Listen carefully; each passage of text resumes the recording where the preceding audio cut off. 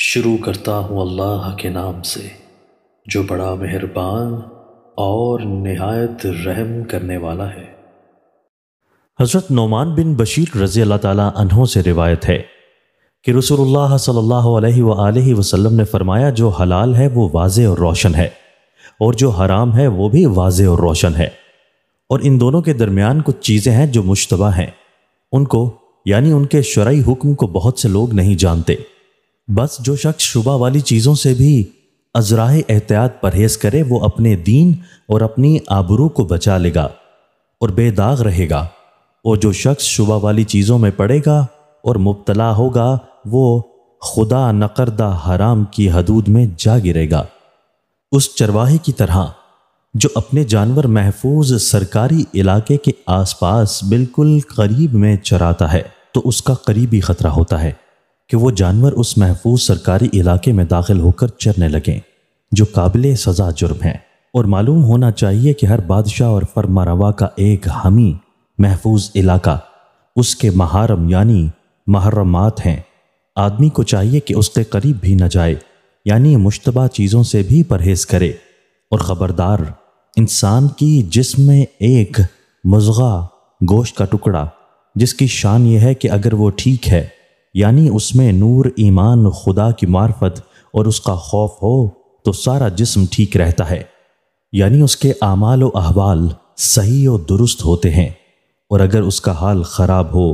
تو سارے جسم کا حال بھی خراب ہوتا ہے، یعنی اس کے اعمال و احوال خراب ہو جاتے ہیں۔ آگاہ رہو، گوشت کا وہ ٹکڑا قلب ہے۔ تشریح: حدیث کے پورے ذخیرہ میں چند حدیثیں وہ ہیں جن کو امت کے علماء اور فقہاء نے بہت اہم اور اصولی سمجھا ہے۔ انہی میں حضرت نعمان بن بشیر رضی اللہ تعالیٰ عنہ کی روایت کی ہوئی یہ حدیث بھی ہے۔ رسول اللہ صلی اللہ علیہ وآلہ وسلم نے اپنے اس ارشاد میں سب سے پہلے تو یہ فرمایا ہے کہ شریعت میں جو چیزیں اور جو معاملات صراحت کے ساتھ حلال یا حرام قرار دیے گئے ہیں ان کا معاملہ تو صاف اور روشن ہے، لیکن ان کے علاوہ بہت سی چیزیں اور بہت سے معاملات ایسے ہیں جن کا جائز یا ناجائز ہونا کسی صریح دلیل سے معلوم نہ ہو سکے گا، بلکہ دونوں رائیوں کی گنجائش ہوگی۔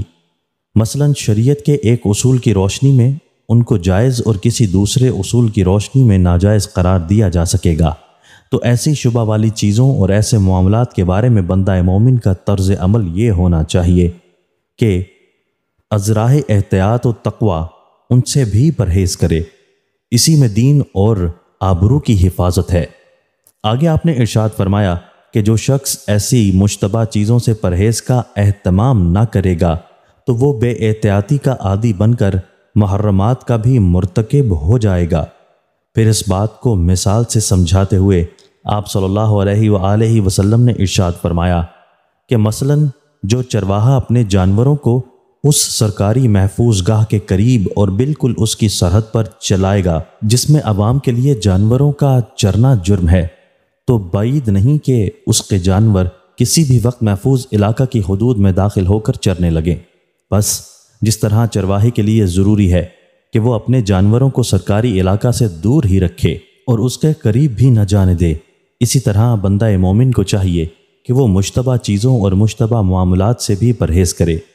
اس طرح وہ محرمات اور معصیات سے ہمیشہ محفوظ رہے گا۔ یہی مقام تقوی ہے۔ آخر میں حضور صلی اللہ علیہ وآلہ وسلم نے ایک نہایت اہم بات ارشاد فرمایا کہ انسانی وجود کے بگاڑ اور سدھار، سعادت و شقاوت کا دار و مدار اس کے قلب کے حال پر ہے، جو انسان کے پورے جسمانی وجود پر اور تمام اعضاء پر حکمرانی کرتا ہے۔ اگر وہ درست ہوگا اور اس میں خدا کی معرفت کا خوف اور ایمان کا نور ہوگا تو انسان کا پورا جسمانی وجود درست رہے گا اور اس کے اعمال و احوال صحیح اور صالح ہوں گے،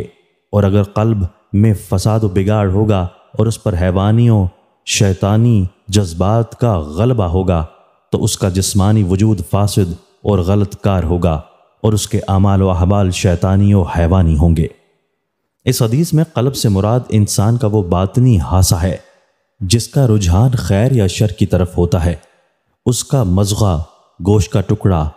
اس لیے کہا گیا ہے کہ انسان کے سینہ میں بائیں جانب صنوبری شکل کا جو ایک خاص اور عضو اور مضغۂ لحم ہے جس کو قلب اور دل کہا جاتا ہے،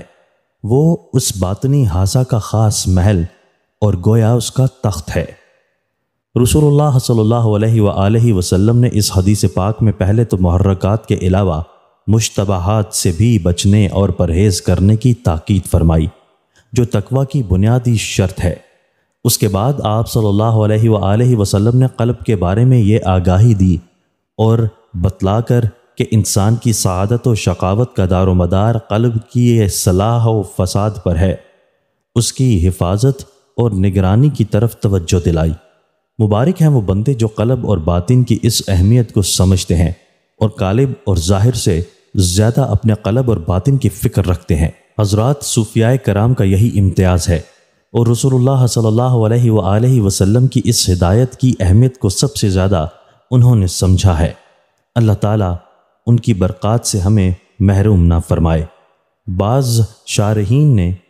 اس حدیث پاک کے مضامین کی ترتیب سے یہ بھی سمجھا ہے کہ قلب کی صفائی اور طہارت کے لیے یہ ضروری ہے کہ آدمی کھانے پینے میں محرمات کے علاوہ مشتبہ چیزوں سے بھی پرہیز کرے۔ حضرت جابر رضی اللہ تعالیٰ عنہ سے روایت ہے کہ رسول اللہ صلی اللہ علیہ وآلہ وسلم نے فرمایا کہ وہ گوشت اور وہ جسم جنت میں نہ جا سکے گا جس کی نشوونما حرام مال سے ہوئی ہو، اور ہر ایسا گوشت اور جسم جو حرام مال سے پلا اور بڑھا ہے۔ تشریح: اللہ کی پناہ اس حدیث میں بڑی سخت وعید ہے۔ الفاظ حدیث کا ظاہر مطلب یہی ہے کہ دنیا میں جو شخص حرام کمائی کی وجہ سے پلا بڑھا ہوگا وہ جنت کے داخلہ سے محروم رہے گا اور دوزخ ہی اس کا ٹھکانہ ہوگا۔ شارحین حدیث نے قرآن و حدیث کے دوسرے نصوص کی روشنی میں اس کا مطلب یہ بیان فرمایا ہے کہ ایسا آدمی حرام خوری کی سزا پائے بغیر جنت میں نہ جا سکے گا۔ ہاں، اگر وہ مومن ہوگا تو حرام کا عذاب بھگتنے کے بعد جنت میں جا سکے گا، اور اگر مرنے سے پہلے اس کو صادق توبہ و استغفار نصیب ہو گیا یا کسی مقبول بندہ نے اس کی مغفرت کی دعا کی اور قبول ہو گئی، یا خود رحمت الہی نے مغفرت کا فیصلہ فرما دیا ہے، تو عذاب کے بغیر بھی بخشا جا سکتا ہے۔ دوستو، اللہ تعالی ہمیں ان احادیث مبارکہ پر عمل کرنے اور اپنی زندگیوں کو سنوارنے کی توفیق عطا فرمائے۔ دوستو، اچھی بات پھیلانا بھی صدقہ ہے۔ ہمارے چینل اسلامک اردو پاکستان کو سبسکرائب کیجئے، لائک کیجئے اور ہماری ویڈیوز کو دوستوں کے ساتھ شیئر کرنا مت بھولیے، اور ہاں، کمنٹس باکس میں اپنی رائے کا اظہار کیجئے۔ آپ کے تعاون کا شکریہ۔